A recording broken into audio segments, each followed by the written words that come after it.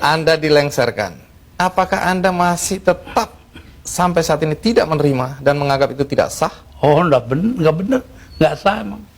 Itu proyek politik dari MPR.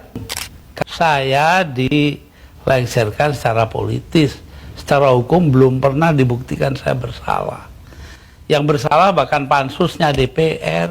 Tapi sesudah itu apa upaya yang Anda lakukan? Nggak ada. Sebab penakut bangsa ini. Kenapa Anda bilang penakut? Bangsa ini penakut karena tidak mau bertindak kepada yang bersalah. Oh, itu. Tapi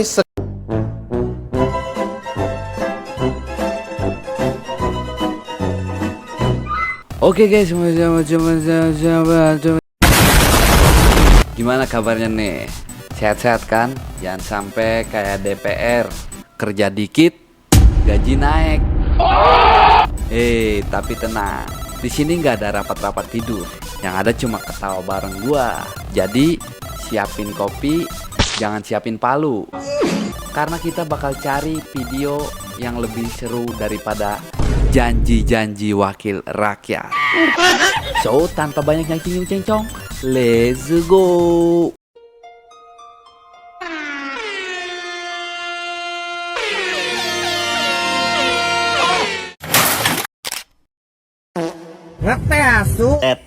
Udah ngapa, jangan segala manggil bas bos ge. Sama baik gue kosong PA. Bangsat diludahin gue men. Naon anjing ieu? Ketika orang tuanya tahu kerjamu cuma kuli. Tahu pantai kau ngajak-ngajak anak ke pacaran babi kau. Siapa kau nih? Kau nak ngajak-ngajak pacaran rusak anakku, kau kasih tampang nih kau. Kau tahu dah siapa aku nerangku? Kau angkat. Waduh. Kau ini tadi baik ada. Kau ngajak anakku pacaran. Kau tahu tak kau? Anjing kau. Tak mau salahin pula kau. Oh, ini orang tua siapa cok? Ngeri sih gue kalau pacaran sama anaknya. Ya mungkin dia gengsi kali ya. Nggak apa-apa bro, selagi ngasilin duit mah sikat aja. Nggak usah dengerin kata siluman ya. Oke. Kenapa ini anjing?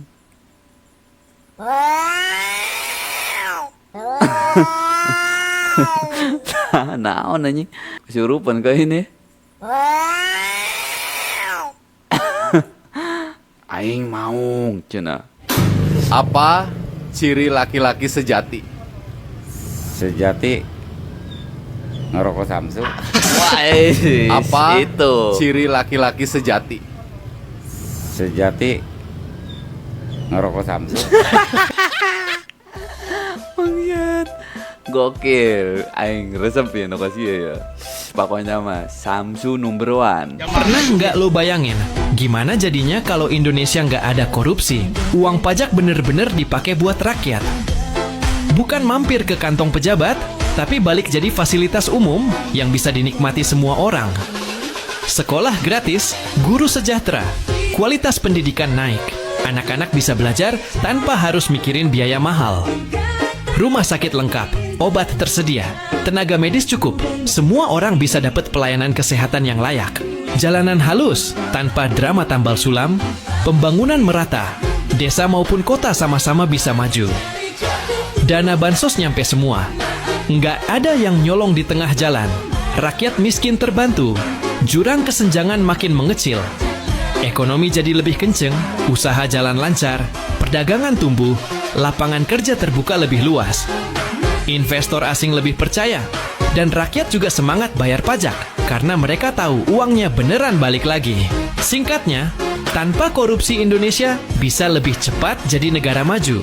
Bukan Jelas. cuma kaya sumber daya, tapi juga kaya kesejahteraan rakyat. Jadi ingat ya, yang bikin kita susah bukan karena Indonesia miskin, tapi karena terlalu banyak bocor di tengah jalan. Tapi sayangnya ini semua hanya mimpi. Pernah nggak ngebayangin katanya? Pernah sih ngebayangin mah, tapi kenyataannya kan si membagongkan ini. Ya boleh-boleh aja sih menghayal mah. Tapi ingat kata Kim Jong Un, sampai kiamat Indonesia nggak bakalan mampu berantas korupsi. Dengan anggaran 30 miliar, kami persembahkan patung gajah kebanggaan. Lah itu kayak kaleng bekas dicat doang. Kabar gembira, Puluhan rudal dari negara Ziran salah sasaran dan mengenai gedung DM DPR Republik Konoha. Uang makan udah habis nih, waktunya nilang. Apakah Bapak tidak menyesal? Enggak lah. Kan kalau saya korupsi, pejabat lain juga jadi ikut menikmati. Apalagi orang kayak saya pasti dilindungi polisi. Apa yang memotivasi Anda menjadi koruptor? Awalnya saya mencobanya, meminta uang kembali dari belanja online. Bapak, kenapa kok korupsi malah senang banget kayak gitu, Pak? Iya, soalnya korupsi di Konoha enak banget. Korupsi 250 triliun. Cuma di penjara 5 tahun aja. Pak, apakah Bapak mengayomi rakyat Indonesia, Pak? Ya gak mau lah. Daripada mengayomi rakyat, mending ambil duit rakyat biar makin kaya. Pelapor, di arah barat daya terdapat perkumpulan koruptor yang sedang membawa kantong uang dengan rasa senangnya. Izin menembakkan rudal. Bom anjing dah langsung.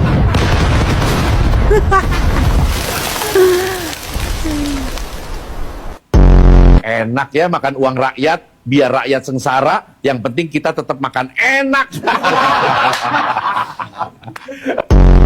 Kita akan arahkan rudal balistik ke rumah koruptor. Miskinkan koruptor. Oh ini kalau asli mantap nih. Uang bansos masuk, kita kasih bagian dikit untuk rakyat. Hei koruptor, kau jangan seenaknya memakai hak rakyat. Rasakan ini, Engan. Rasakan anjing. Tapi mantap juga sih itu. Langsung rudal aja ke rumahnya tuh. Nice. Anda dilengsarkan. Apakah Anda masih tetap sampai saat ini tidak menerima dan menganggap itu tidak sah? Oh, enggak benar, enggak sah emang. Itu proyek politik dari MPR. Karena itu Amin Rais tidak merasa perlu memberitahu saya. Iya, dulu Anda atau sampai sekarang bahkan Anda tetap menganggap itu sebagai pelanggaran konstitusi. Pelanggaran apa sebenarnya? Pelanggaran konstitusi karena di situ ada insubordinasi. Tapi toh kenyataannya Gus Dur digantikan oleh Megawati, kemudian sekarang kita punya presiden namanya SBY, semua berjalan normal saja. Lalu apa negatifnya bagi bangsa dengan pencopotan Anda tadi? Bukan soal bangsa, ini soal hukum. Saya dilengsarkan secara politis. Secara hukum belum pernah dibuktikan saya bersalah. Yang bersalah bahkan pansusnya DPR. Tapi sesudah itu apa upaya yang Anda lakukan? Nggak ada. Sebab penakut bangsa ini. Kenapa Anda bilang penakut? Bangsa ini penakut karena tidak mau bertindak kepada yang bersalah. Oh, itu. Tapi sekian tahun sudah berlalu, Gus. Untuk apa rasa penasaran, perasaan? Loh, saya nggak pernah itu terserah bangsa Indonesia. Saya itu memaafkan semua sampai istri saya marah kepada saya karena saya pergi ke rumah Megawati. Tapi kenapa Anda lalu ke Megawati kalau memang Anda marah dan kecewa? Saya nggak marah, yang mestinya marah itu bangsa ini. Mereka diem aja lah, kenapa saya jadi ribut? Saya nggak mau ribut. Baik, Gus Dur. Tapi disuruh memandang itu benar nggak bisa dong. Orang kan ada batasnya. Antara benar dan salah. Jadi yang benar dalam hal ini istri saya. Bisaan anjir ngejawabnya dia. Tapi kenapa Gus Dur nggak mau nurut? Tanya dia, jangan tanya saya dah. 300.000 orang mas tanda tangan supaya saya jangan berhenti jadi presiden, tahu? Tapi saya bilang daripada bangsa ini pecah dalam pertempuran darah mengalir karena saya, mendingan saya lengser aja deh. Nah itu. Tapi omongan ini kan dibilang omongan ngawur, Gus. Karena faktanya ketika Anda bilang nanti jutaan orang akan datang masuk Jakarta, orang-orang dari Jawa Timur, begitu ditunggu-tunggu nggak datang. Saya yang nahan kok.